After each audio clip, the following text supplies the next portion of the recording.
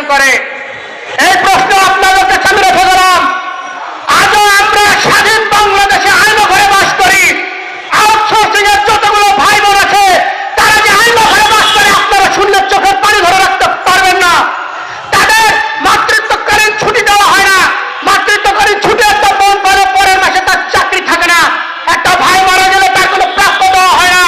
এই বাংলাদেশে আউটসোর্সিং প্রথা, এই আইনঘর ভাঙতে হবে।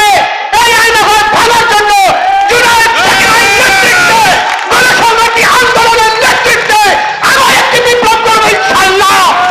সুপ্রিয় দর্শক শ্রোতা, আপনাদের সকলে সুস্বাস্থ্য দীর্ঘায়ু কামনা করে আমি আমার বক্তব্য শেষ করছি। খোদা হাফেজ। বাংলাদেশ জিন্দাবাদ। দুনিয়ার মজদুর। ধন্যবাদ। আউটসোর্সিং এর এখন বক্তব্য রাখবেন গণসংহতি আন্দোলন রাজনৈতিক